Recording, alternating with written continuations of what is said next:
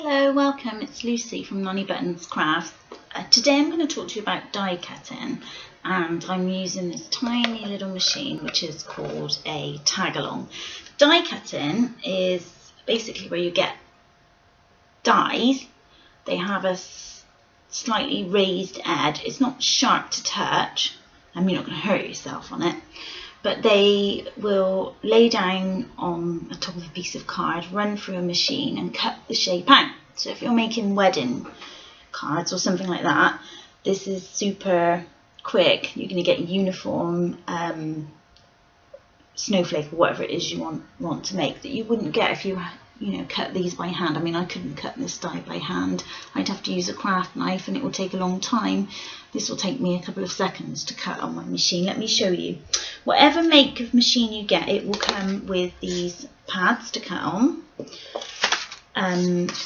And different machines take different dies, but most of them are pretty good now and they'll take most of the dies. This is a really old machine. It's probably like 10-15 years old, and I got this from eBay for about £10, which is an absolute bargain. There are some mini machines out there. That's kind of my point really with this video, is that if you don't want to spend a lot of money, a good die cut machine will be £50 plus, up to 100, maybe even more.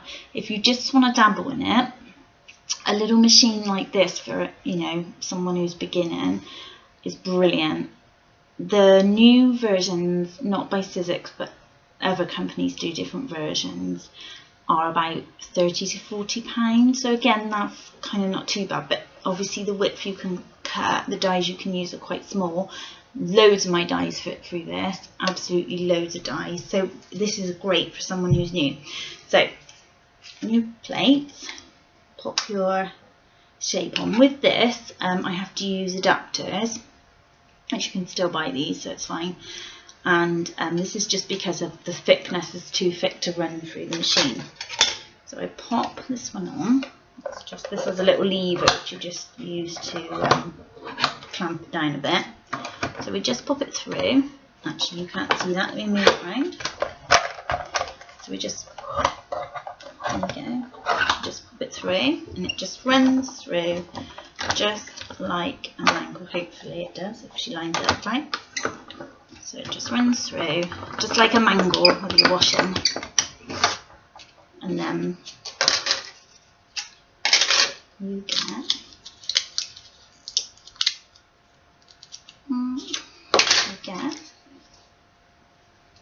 what's happened. I think this one could have done with going through twice. No, it's okay.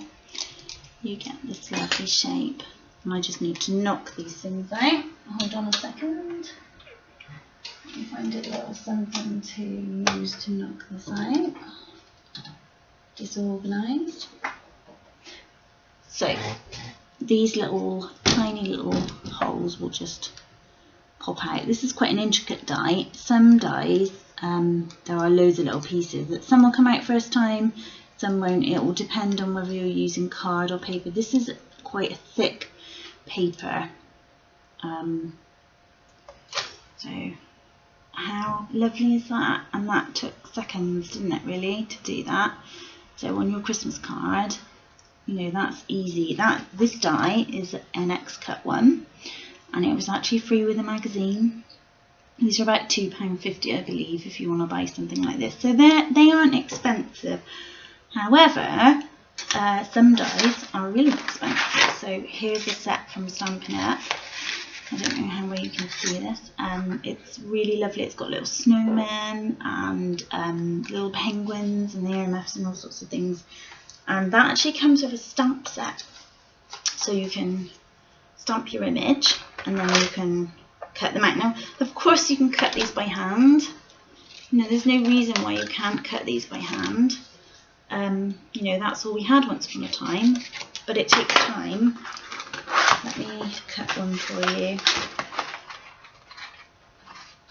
I think the machine is its quickness and its uniformity, and you will use all your scraps. That's something that's really great, is you will use all your scraps. So if you're worried with these dies, sometimes they just wiggle about.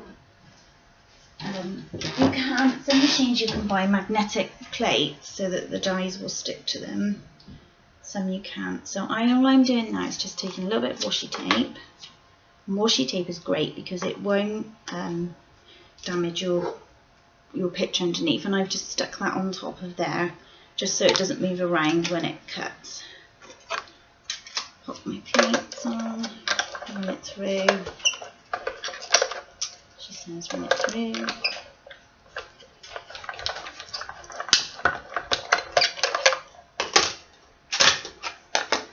Okay, so we just peel the washi tape off. No harm done. And I have a little stick. Now I'm used to cutting it out, so I'm not going to spend ages trying to cut out an image when you can use a die if you've got the die. I just think this machine is fab. I got it for £10.